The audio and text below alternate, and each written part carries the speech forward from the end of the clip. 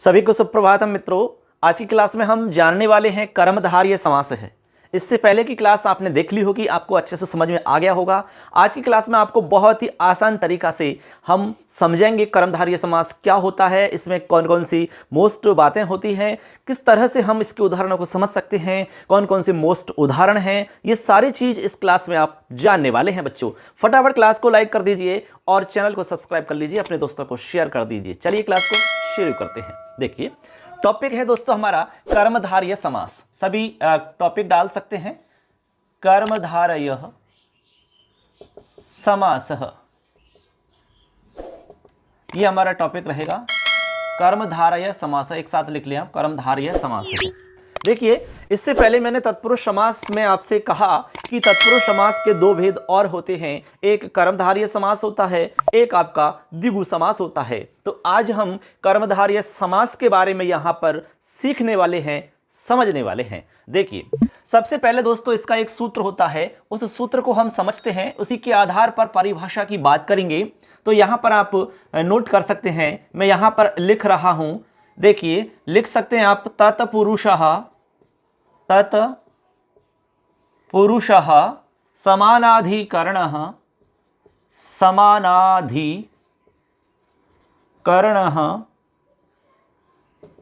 कर्मधारय। ये सूत्र है बच्चों, इसको नोट कर लें आप। तत्पुरुषः समानाधिकरणः कर्मधारयः। तो यहां दोस्तों समानाधिकरण का नाम आ रहा है, ये मैं ऑलरेडी आपको बता चुका हूं। समानाधिकरण का मतलब होता है जहां पर दोनों विभक्तियां समान आती हों, और जहां विभक्तियां समान नहीं आती हैं, अलग अलग आती हैं, उसको कहते हैं व्यधिकरण।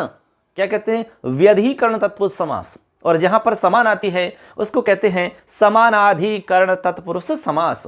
इसी का दूसरा नाम कर्मधारय समास होता है। इस सूत्र में यही स्पष्ट किया गया है कि तत्पुरुषः समानाधिकरणः, यानी समानाधिकरण तत्पुरुष समास, जहां पर दोनों पद समान विभक्ति में रहेंगे।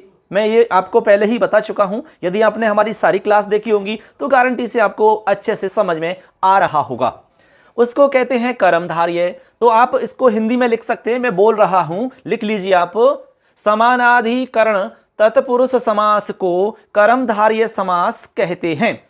समानाधिकरण तत्पुरुष समास को, समानाधिकरण तत्पुरुष समास को लिखिए कर्मधारय समास के नाम से भी जाना जाता है। अर्थात इसमें दोनों पद समान विभक्ति में रहते हैं। दोनों पद का मतलब पूर्व पद और उत्तर पद दोनों समान विभक्ति में रहेंगे, इस बात का आपको ध्यान रखना है बच्चों, ठीक है ना। ऐसे जैसे एक उदाहरण भले आप लिख सकते हैं समझने के लिए, जैसे कृष्णः सर्पः। देखिए यहां पर विभक्ति समान है, यहां पर विभक्ति समान है, ऐसे होते हैं समान। यहां पर प्रथमा विभक्ति है बच्चों, और यहां पर भी प्रथमा विभक्ति है। अब देखो ये पहला पद है, ये दूसरा पद है, यानी कि ये पूर्व पद और ये हमारा उत्तर पद, दोनों में विभक्तियां समान हैं। इसको कहते हैं समान विभक्ति होना। यदि इस तरह की स्थिति रहेगी हमारी तत्पुरुष समास के अंदर, तो उस समास का नाम कर्मधारय समास होगा। ये आपको समझना है बच्चों, बिल्कुल आसान भाषा में आप समझ सकते हैं, ठीक है ना। इतना आप नोट कर लिए। अब इसमें एक लाइन आप लिख सकते हैं बच्चों। देखिए यहां पर आप नोट कर सकते हैं, सामान्यतः इस समास में लिखें सभी, सामान्यतः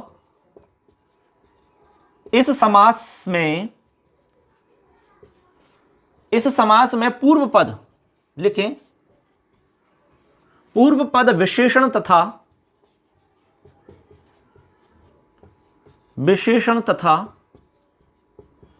उत्तर पद यानी बाद वाला विशेष्य होता है। देखिए एक तो विशेषण और एक विशेष्य, दोनों शब्दों के बारे में आप जानते होंगे। इसमें देखिए कर्मधारय समास में मैं एक मोटी सी जानकारी दे देता हूं आपको। कर्मधारय समास के अंदर विशेषण, विशेष्य, उपमान, उपमेय, ये आपको शब्द मिलेंगे बस। यानी कि विशेषण विशेष्य की स्थिति रहेगी तो आपका कर्मधारय समास हो जाएगा। इसके अलावा उपमान, उपमान और उपमेय की स्थिति रहेगी तो आपका कर्मधारय समास हो जाएगा, ठीक है। अब देखो यहां पर हमने लिखा है कि सामान्यतः इस समास में पूर्व पद में विशेषण मिलेगा और उत्तर पद में विशेष्य मिलता है। उत्तर पद यानी बच्चों बाद वाला पद होता है और पूर्व पद यानी पहले वाला पद होता है। अब पहले पद में आपको विशेषण मिलेगा। विशेषण आप जानते हैं, कोई भी विशेषता जो होती है, कोई भी गुण होता है, वो विशेषण होता है, और जिसका गुण है, जिसकी विशेषता बताई जा रही है, वो आपका विशेष्य है।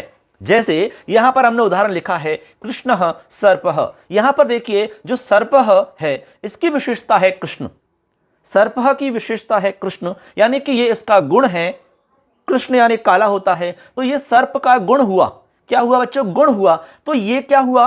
विशेषण हुआ। क्या हुआ? विशेषण हुआ। अब ये विशेषण किसका है? वो विशेष्य कहलाएगा। सिंपल सी बात है। तो ये कृष्ण जो है यानी काला किसका विशेषण है? सर्प का है, तो सर्प यहां पर विशेष्य हो गया।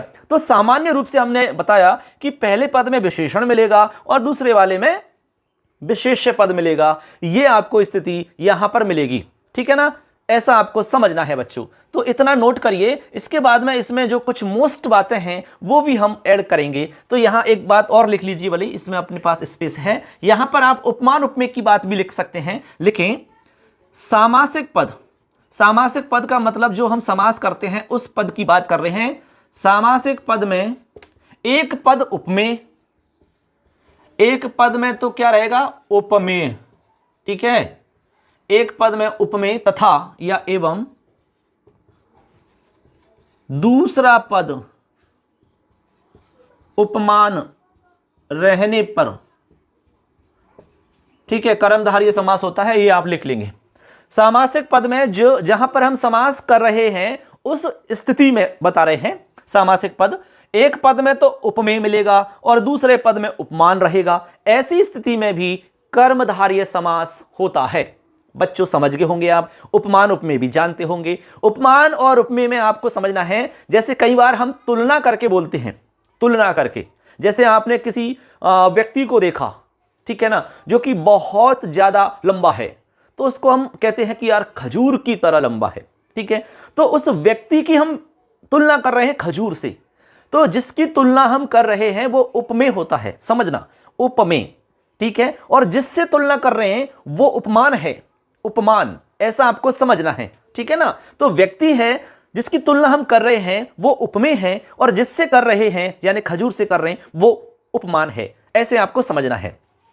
इस तरह के उदाहरण जो होंगे वो भी हमारे कर्मधारय समास के अंदर होते हैं। यानी उपमान उपमेय की स्थिति रहेगी तो कर्मधारय समास होगा, विशेषण विशेष्य की स्थिति रहेगी तो आपका कर्मधारय समास होगा। एकदम आसान है। मैं इसमें 10-15 उदाहरण आपको बता दूंगा, आराम से उसमें से एग्जाम में आ जाएगा, उससे बाहर नहीं आएगा। बस ये वीडियो जरूर देखें, लाइक करें, अच्छा लगता है तो आपको। इसके अलावा चैनल को सब्सक्राइब जरूर करें, क्योंकि लगातार क्लासेज आपको तभी मिल पाएंगी। अपने दोस्तों को शेयर करें, ठीक है? चलिए आगे समझते हैं। इतना नोट कर लीजिए बच्चों, इसके बाद में हम आगे देखते हैं। इसमें कुछ मोस्ट फैक्ट और हैं, उनको भी जानते हैं। चलिए नोट करिए। अब देखिए बच्चों, यहां पर एक मोस्ट फैक्ट और आप नोट कर लेंगे। तो यहां पर लिखेंगे उपमान उपमेय रूप में। लिखें सभी, उपमान उपमेय रूप में रूपक अलंकार, रूपक अलंकार के पदों की प्राप्ति होने पर भी कर्मधारय समास होता है। देखिए ऐसी स्थिति में जब हम विग्रह करेंगे तो विग्रह में हम इब की जगह एव का प्रयोग करते हैं। अभी मैं बताऊंगा आपको, विग्रह के बारे में भी स्पेशल अलग से बताऊंगा, लेकिन ये आप नोट करें, उपमान उपमेय रूप में यदि रूपक अलंकार के पदों की हमें प्राप्ति होती है। ये बात आपके लिए नई हो सकती है बच्चों, ये आपने शायद कभी नहीं पढ़ा होगा अलंकार के बारे में, लेकिन मैं आपको एक मोटी सी जानकारी दूंगा तो उससे समझ जाओगे आप। रूपक अलंकार क्या होता है बच्चों? साहित्य जब आप आगे पढ़ोगे तो साहित्य में अलंकार चलते हैं हमारे, ठीक है ना? जिस तरह से हम अपने घर को सजाते हैं, अपन खुद मतलब बहुत सारी चीज़ें ऐसी लगाते हैं, या ब्यूटी पार्लर के हिसाब से हम बहुत सारी चीज़ों को अपने आप को अच्छा दिखाने के लिए मेकअप वगैरह करते हैं। वो सब चीज़ें हम क्या है, अलंकार के अंतर्गत कर रहे हैं। यानी वो हम अच्छा दिखाने के लिए अलंकारों को हम ग्रहण करते हैं, अलंकारों को हम धारण करते हैं। इसी तरह से साहित्य में भी अलंकार होते हैं, जिससे कि हमारी भाषा बहुत अच्छी हो जाए, भाषा में चमत्कार उत्पन्न हो जाए। तब हम अलंकार का प्रयोग करते हैं। तो उसमें एक रूपक अलंकार होता है।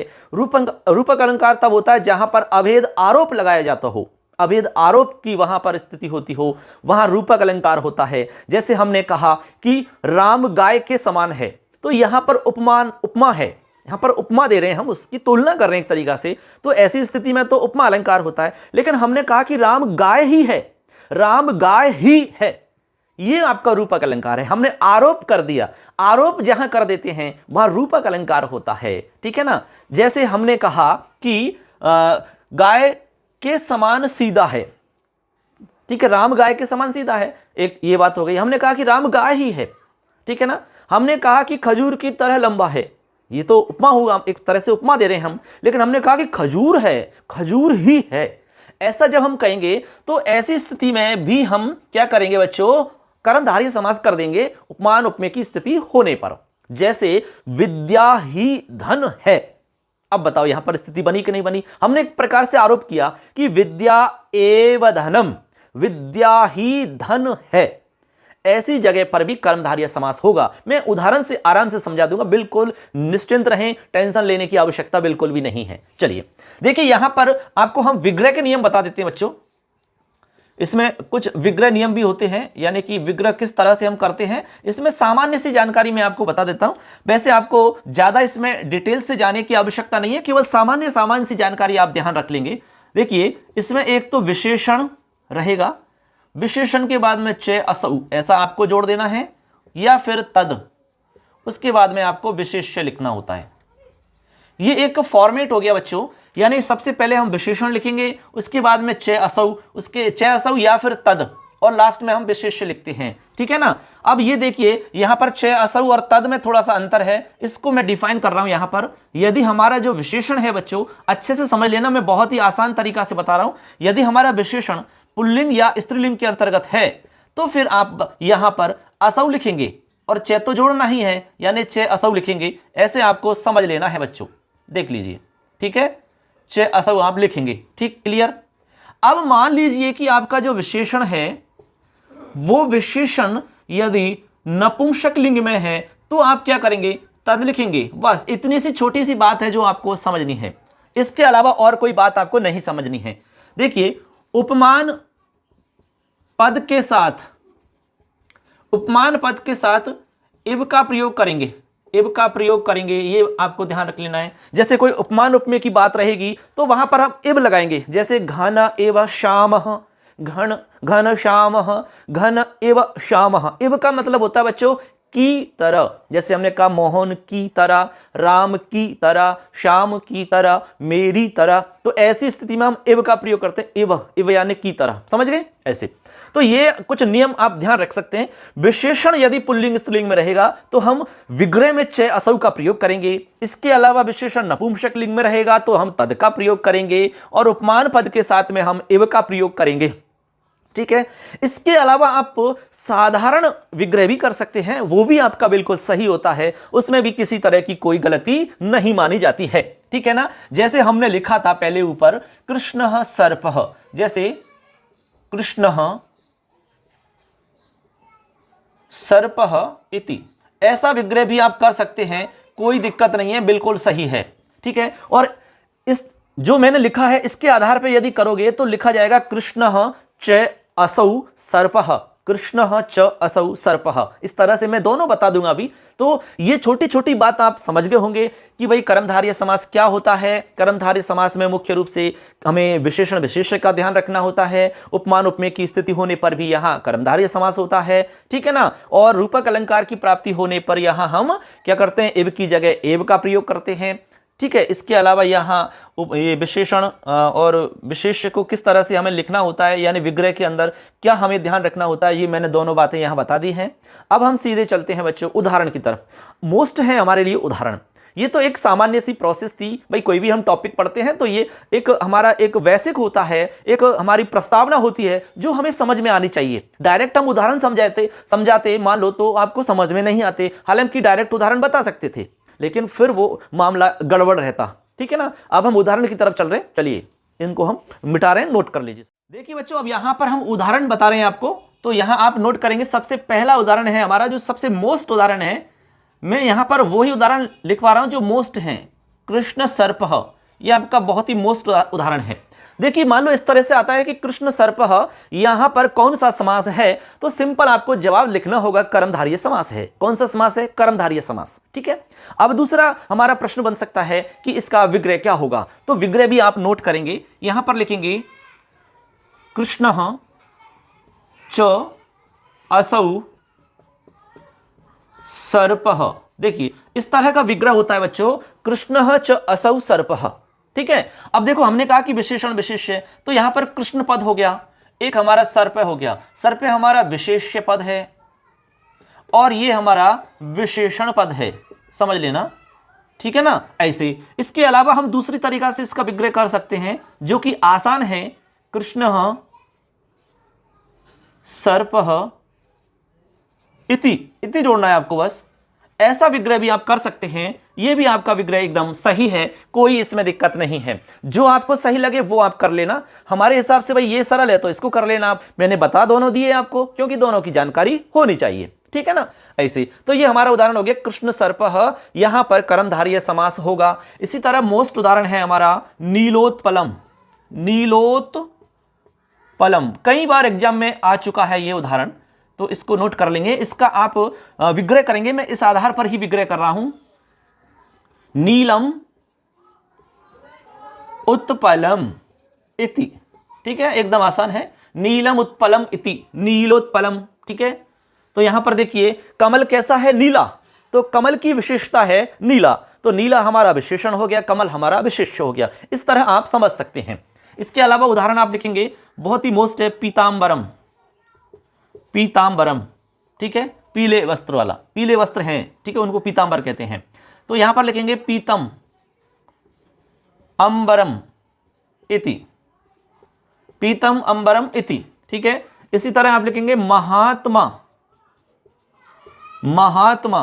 ठीक है, तो लिखेंगे महान आत्मा इति, महात्मा। ऐसे ही महाराजा लिख सकते हैं आप। महाराजा में लिखेंगे तो आप लिखेंगे क्या? महान राजा इति, एक ही बात है। और यदि आप लिखेंगे महर्षि तो आप लिखेंगे महान ऋषि। महर्षि का यदि बनाओगे तो महान ऋषि इति बन जाएगा, महर्षि। फिर यहां पर महात्मा की तरह महाराजा बना सकते हैं, तो महान राजा इति। मैंने एक ही उदाहरण लिखा है लेकिन आप ऐसे और बना सकते हैं, उनको मैं नहीं लिख रहा हूं यहां पर। इसी तरह एक लिख सकते हैं रक्त कमलम।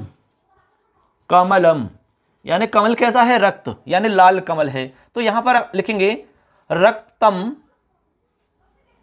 रक्तम कमलम इति, रक्तम कमलम इति। ऐसे आप लिख सकते हैं एक पुरुषः। अब देखो पुरुष की विशेषता है कि एक, तो यहां पर एक पुरुषः इति, ऐसा आप बना लेंगे, एकः पुरुषः इति। ये हमारे 6 उदाहरण हो गए। कृष्ण सर्पः, नीलोत्पलम, पीतांबरम, महात्मा, रक्तकमलम, एक पुरुषः। इस तरह के उदाहरण एग्जाम में आते हैं, इनमें से कोई भी उदाहरण हमसे पूछा जा सकता है। ठीक है, अब कुछ उदाहरण और हैं, उनको मैं लिखवा रहा हूं, पहले एक बार नोट कर लीजिए इनको सभी। अब देखिए आगे चलें बच्चों, आगे लिखें आप। 6 हो गए, तो 7वें नंबर पे लिखेंगे दीर्घ रज्जु। तो इसको लिखेंगे आप दीर्घा रज्जु इति। रज्जु यानी रस्सी होती है बच्चों, रस्सी होती है ना खींचने वाली, उसको कहते हैं दीर्घा रज्जु, यानी दीर्घ रज्जु है, मतलब बहुत बड़ी रस्सी है कोई, तो इसको कहेंगे दीर्घ रज्जु। और दीर्घ रज्जु, इस तरीका से हम इसको समास में बोलते हैं। इसके बाद में आगे लिखेंगे आप घन श्याम है। अब यहां पर देखिए उपमान उपमेय की स्थिति बन रही है। इससे पहले के जितने भी उदाहरण हमने बताए 7 तक, वो आपके विशेषण विशेष्य की स्थिति वाले थे। अब जो मैं बता रहा हूं वो आपके उपमान उपमेय वाले हैं। तो यहां पर लिखेंगे घनः इव श्यामः, घन एव श्यामः। ठीक है ना, घन एव श्याम यानी घन की तरह श्याम है। श्याम वर्ण, कृष्ण वर्ण काला होते हैं, तो किसकी तरह? घन की तरह, बादल की तरह। तो यहां उपमान उपमेय की बात हो रही है, तो यहां समझ जाना कि यहां आपका कर्मधारय समास होगा। इसी तरह से आप समझ सकते हैं चंद्रमुखम में मोस्ट उदाहरण है वही लिखा रहा हूं, ऐसे तो बहुत सारे उदाहरण हैं दुनिया भर के। तो यहां पर लिख सकते हैं बच्चों चंद्रः, चंद्रः इव, इव जोड़ना जरूरी है, मुखम, चंद्रः इव मुखम, चंद्र की तरह मुख है, चंद्र की तरह मुख है, तो उसको कहते हैं चंद्रमुखम। क्या कहते हैं? चंद्रमुखम। इसी तरह आप लिख सकते हैं कुसुम, कुसुम कोमलम, कोमलम, फूल की तरह कोमल है, बिल्कुल कहते हैं फूल की तरह कोमल है ये तो उसके लिए कहेंगे कुसुम कोमलम। क्या कहेंगे? कुसुम कोमलम। तो यहां लिखेंगे कुसुमम एव कोमलम, ठीक है, इस तरह से। इसके अलावा आप लिखेंगे पुरुष व्याघ्र, पुरुष व्याघ्र, पुरुषः व्याघ्र एव, पुरुष व्याघ्र की तरह है। इस तरह की स्थिति बनने पर भी हमारा कर्मधारय समास होता है। इसके अलावा बच्चों हमने कहा कि भाई इसमें रूपक अलंकार की स्थिति यदि रहेगी तो भी वहां पर हमारा कौन सा समास होगा? हमारा कर्मधारय समास होगा। तो आप लिखेंगे विद्या धनम, तो लिखेंगे यहां पर विद्या एव धनम, ठीक है। इसी तरह एक उदाहरण है आपका तपोधनम, तपोधनम, तो यहां बनेगा तपः एव धनम। इस तरह से आप इसमें बना सकते हैं बच्चों। तो मैं समझता हूं कि आराम से आप समझ गए होंगे। इसमें किसी भी उदाहरण में आपको कोई दिक्कत नहीं आनी चाहिए। दीर्घ रज्जु, घन श्यामः, चंद्रमुखम, कुसुम कोमलम, पुरुष व्याघ्र, विद्याधनम, तपोधनम, ये बहुत सारे उदाहरण मैंने आपको लिखा दिए हैं। ये सब के सब उदाहरण वो हैं जो मोस्ट हैं, एग्जाम में बहुत बार पूछे जा चुके हैं और आने वाले पेपर में जरूर इनमें से मिलेगा। बस आपको एक बार देखना है, एक बार समझना है। तो इस क्लास में बच्चों हम जान चुके हैं कर्मधारय समास के बारे में पूरी जानकारी। कर्मधारय समास क्या होता है, कर्मधारय समास में विग्रह किस तरह से करते हैं, इसके उदाहरण किस तरह के बनते हैं, कैसे इसमें विग्रह होता है, ये सारी जानकारी मैंने आपको बहुत ही सरल तरीका से बताने का प्रयास किया है। उम्मीद करते हैं आप अच्छे से समझ गए होंगे। यदि आपको वीडियो अच्छा लगता है तो लाइक जरूर करें बच्चों, और अपने दोस्तों को शेयर करें। चैनल को सब्सक्राइब करना ना भूलें, क्योंकि लगातार क्लासेज तभी मिल पाती हैं आपको। तो अगली क्लास में फिर मिलेंगे दोस्तों। अच्छे से तैयारी करते रहें। सबके लिए अग्रिम शुभकामनाएं। एग्जाम के लिए बहुत अच्छे से तैयारी करें और कहना चाहेंगे कि खिलते रहो गुलाब की तरह, हर गम से रहो आजाद, दुखों का करना पड़े ना तुम्हें सामना, यही है हमारी शुभकामना। शुभकामना। जय हिंद, जय तु भारतम, जय तु संस्कृतम, नमस्कारः।